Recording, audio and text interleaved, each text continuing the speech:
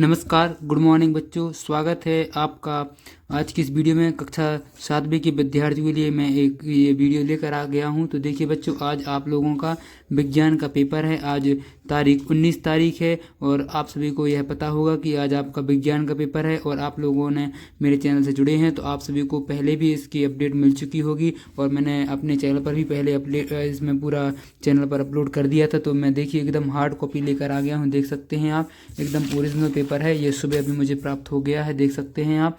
ये देखिए पूरा पेपर है, देख सकते हैं आप। ये पूरा पेपर है, हार्ड कॉपी है इसकी पूरी। तो चलिए देखते हैं इस पेपर को। यहाँ देखिए सबसे पहले हमें जो ये राज्य शिक्षा केंद्र द्वारा मध्य प्रदेश भोपाल द्वारा ये आपके अर्धवार्षिक परीक्षा करा जा रहे हैं, जो मतलब शासन है तो सरकारी स्कूल राज्य शिक्षा केंद्र उसी के द्वारा ये पेपर है आपको हो रहा है, आया है। तो देखिए सबसे पहले हमें यहाँ पर प्रश्न दिया गया है। पहला प्रश्न देख लेते हैं। तो परजीवी का उदाहरण क्या है?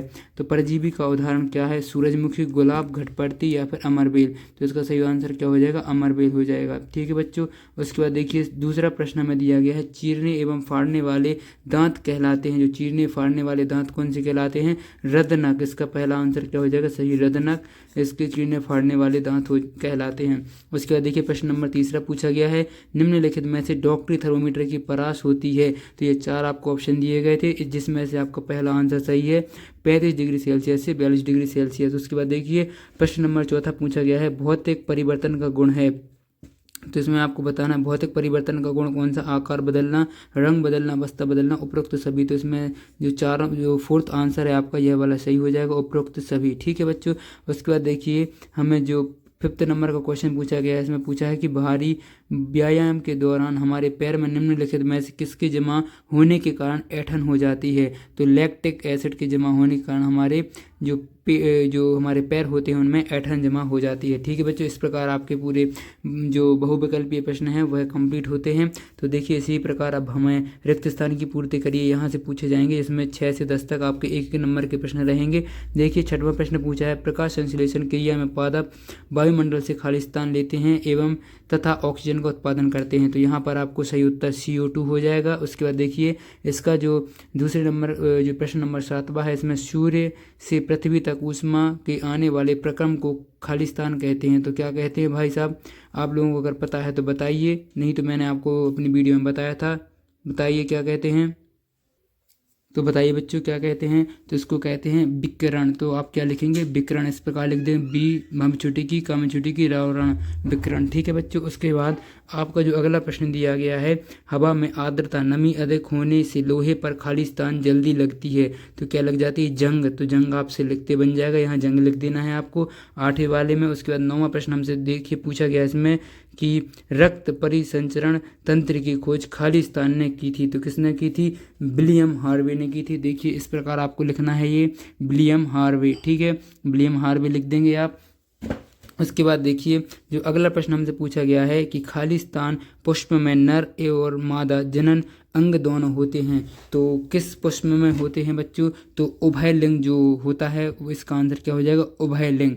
उभय लिंग में दोनों नर और मादा दोनों जनन अंग होते हैं। ठीक है बच्चों। उसके बाद देखिए यहाँ से हमें अति लघु उत्तरीय प्रश्न स्टार्ट हो जाते हैं, जिसमें प्रत्येक प्रश्न 2 अंक निर्धारित करते हैं। तो देखिए 11वां प्रश्न हमसे पूछा है कि मृतजीवी किसे कहते हैं? तो आपको इसमें बताना है कि मृतजीवी क्या होते हैं। तो मैंने देखिए पूरे क्वेश्चंस के आंसर इसमें ढूंढ कर रखे हुए हैं, देख सकते हैं आप। यहाँ पर देखिए सबसे पहले यहाँ लिखना है आपको कि जो जीव मरे हुए और गले सड़े जीवों से अपना भोजन ग्रहण करते हैं उन्हें क्या कहते हैं? मृतजीवी कहते हैं। ठीक है बच्चों।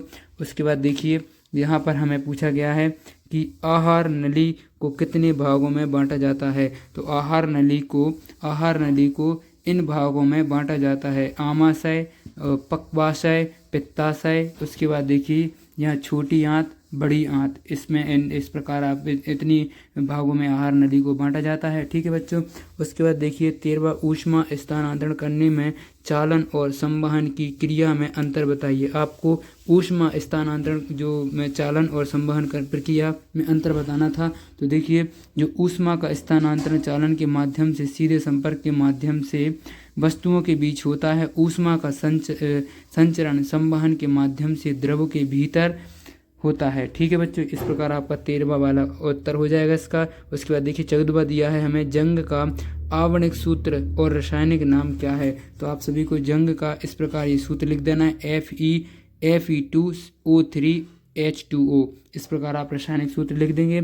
इसके बाद देखिए अगला प्रश्न हमें 15वां प्रश्न पूछा है कि कोशिकीय श्वसन किसे कहते हैं। तो कोशिकीय श्वसन क्या होता है। देखिए बच्चों, कोशिकीय श्वसन यह प्रक्रिया जिसके द्वारा जीव संयोजित होते हैं खाद्य पदार्थों के अणुओं के साथ ऑक्सीजन का उपयोग करके इन पदार्थों में मौजूद रासायनिक ऊर्जा को जीवन निर्वाह गतिविधियों में बदल दिया जाता है और अपशिष्ट पदार्थों कार्बन डाइऑक्साइड और पानी को त्याग दिया जाता है।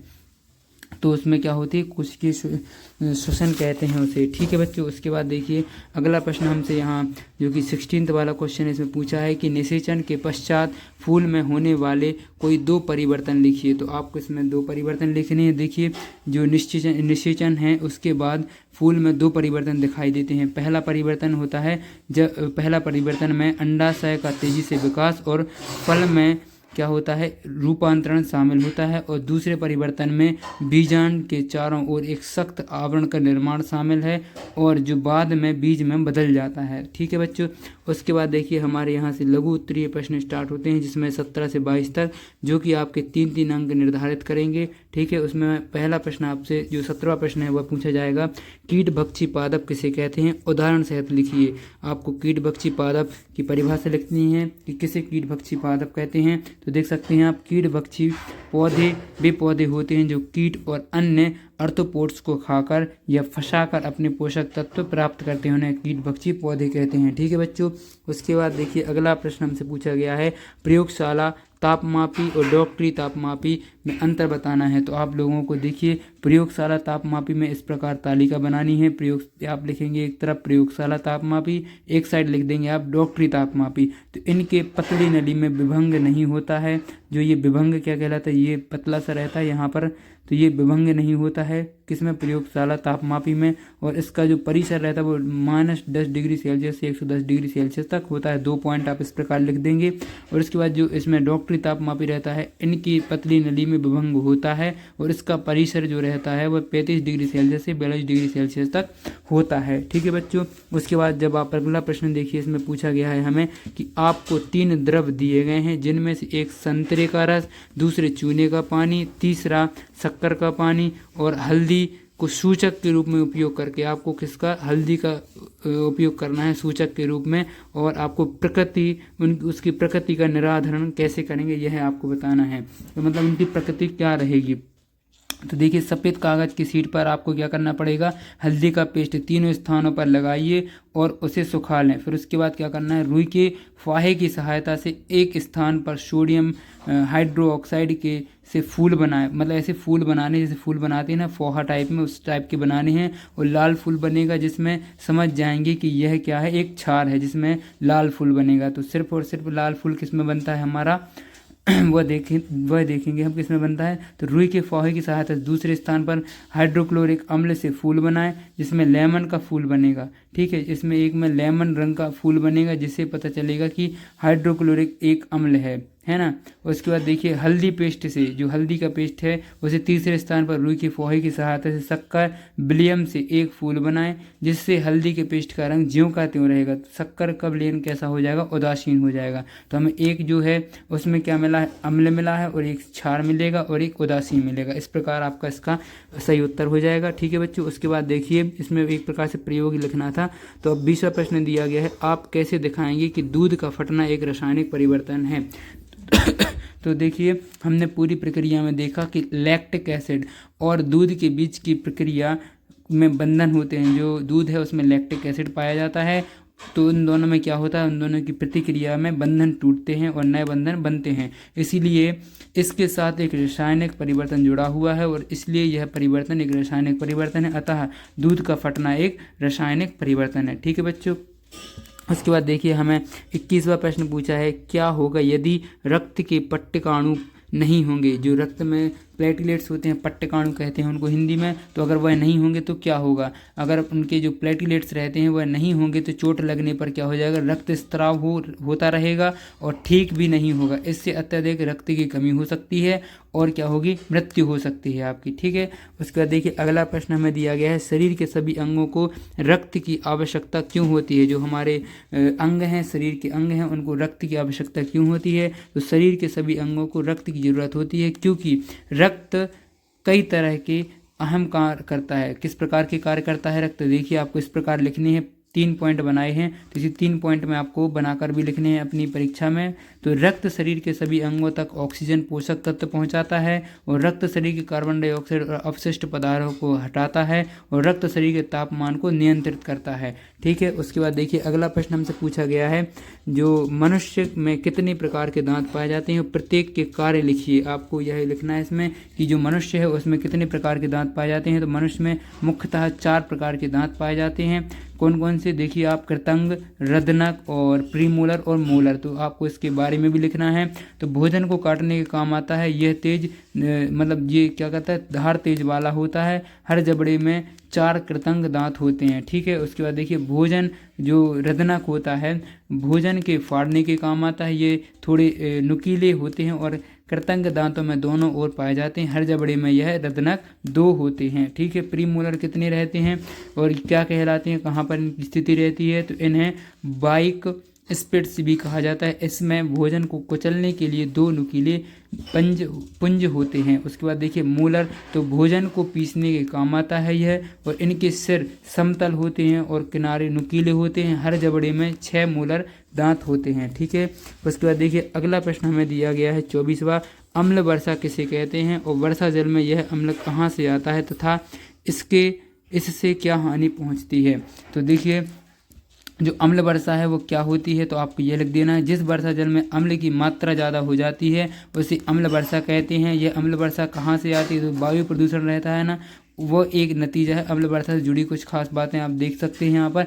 अम्ल वर्षा के बारे में देखिए, अम्ल वर्षा में अम्ल कारखाने और वाहनों से निकलने वाली गैसों से आता है। अम्ल कहाँ से आता है बच्चों, कारखाना और जो वाहन रहते हैं, आपकी गाड़ी वाहन हैं, तो इनसे जो प्रदूषण निकलता है उनसे वो वायु प्रदूषण होता है, उनसे वो जो उसमें अम्ल रहता है आपकी पेट्रोल वगैरह में और भी गैसेज में, तो वो जाकर वायुमंडल में फैल जाता है। उसके बाद वो वर्षा के रूप में नीचे गिरता है, तो उसी को अम्ल वर्षा कहते हैं। ये गैसें वायुमंडल में मौजूद नमी से मिलकर अम्ल बनाती हैं। बोला था मैंने, जैसा इसमें लिख भी दिया। ठीक है, उसके बाद देखिए अम्ल वर्षा के पानी का पीएच कितना रहता है, 5.6 से कम होता है। आपको पीएच वैल्यू भी लिख कर आनी है, ये बहुत अच्छी रहती है, मतलब अच्छी नहीं, एक प्रकार से इसके मार्क्स मिलेंगे आपको अगर लिख के आएंगे। तो इस वाले पॉइंट के पीएच मान 5.6 होता है। ठीक है, 6 से कम होता है। उसके बाद देखिए 25वां प्रश्न हमसे पूछा है, निम्नलिखित को परिभाषित कीजिए। तो अंतः शोषण और श्वसन दर को आपको परिभाषित करना है। तो देखिए मैंने इसमें बताया हुआ है कि अंतः शोषण क्या कहलाता है। तो देखिए 25वां प्रश्न, अंतः शोषण का मतलब है ऑक्सीजन से भरपूर हवा को शरीर के अंदर ले जाना, एक मौलिक शारीरिक प्रक्रिया है जो जीवन को बनाए रखने के लिए जरूरी है। श्वसन दर का मतलब क्या होता है कि कोई व्यक्ति 1 मिनट में कितनी बार सांस लेता है। एक स्वस्थ वयस्क की सामान्य श्वसन दर आराम की स्थिति में 12 से 20 सांस प्रति मिनट होती है। श्वसन दर क्या होती है, कोई व्यक्ति 1 मिनट में कितनी बार सांस लेता है, वह श्वसन दर होती है। और अंतः शोषण का मतलब होता है ऑक्सीजन से भरपूर हवा को शरीर के अंदर ले जाना, एक मौलिक शारीरिक प्रक्रिया है जो जीवन को बनाए रखने के लिए जरूरी है, वह अंतः शोषण होती है। ठीक है बच्चों, उसके बाद देखिए अंतिम प्रश्न हमारा इस पेपर का, जो कि हमें पूछा गया है कि पुष्प में निषेचन की प्रक्रिया का सचित्र वर्णन कीजिए। मतलब आपको चित्र भी बनाना है और इसमें वर्णन भी करना है किसका, पुष्प में निषेचन का। तो देखिए इस प्रकार आपको यह चित्र बनाना है। यहाँ पर परागकण लिख देंगे आप। उसके बाद देखिए यहाँ पर आप लिख देंगे वर्तिकाग्र। उसके बाद ये आपका नर युग्म हो जाएगा और ये परागनली, ये अंडाशय हो जाएगा आपका, और ये मादा युग्म हो जाएगा। ये दिख रहा है आपको, ये मादा युग्म हो जाएगा। तो इस प्रकार आपको ये चित्र बनाना है अपनी परीक्षा में, पुस्तिका में, उत्तर पुस्तिका में देख लीजिए आप। इसकी थोड़ी सी पॉज कर लीजिएगा वीडियो को, और आपको जो उसमें वर्णन करना था, तो इसका आप इस प्रकार वर्णन करेंगे कि परागण के बाद परागकण वर्तिकान तक पहुंचता है, जहां पोषक तत्वों का अवशोषण कर वृद्धि करते हैं। परागकण से पराग नलिका निकलती है जो वर्तिका से होते हुए बीजांड में प्रविष्ट हो जाती है, और बीजांग में अणुओं से जो संयुग्मित होकर नर युग्म युग्मज और या जायगोट बनाता है, जो अंततः भ्रूण का निर्माण करते हैं और निषेचन में उपरांत अंडाशय एवं बीजांड क्रमशः फल एवं बीजों में विकसित हो जाते हैं। तो इस प्रकार आपका यह आंसर कंप्लीट होता है। तो बच्चों, मैंने आपको पूरा जो आपका एग्ज़ाम का पेपर था मैंने और इसके सॉल्यूशन थे वह पूरे आपको बताए हैं। तो वीडियो पसंद आई तो वीडियो को लाइक करिए। मिलते हैं नेक्स्ट वीडियो में, और नेक्स्ट पेपर जो आपका होने वाला है संस्कृत का, उस पेपर में मिलते हैं। अगर वीडियो को लाइक नहीं किया तो वीडियो को लाइक करिए, और चैनल को अगर आप नए हैं चैनल पर सब्सक्राइब नहीं किया है तो चैनल को सब्सक्राइब अवश्य कर लीजिएगा। मिलते हैं नेक्स्ट वीडियो में बच्चों। ऑल द बेस्ट आपके इस पेपर के लिए। थैंक यू, धन्यवाद।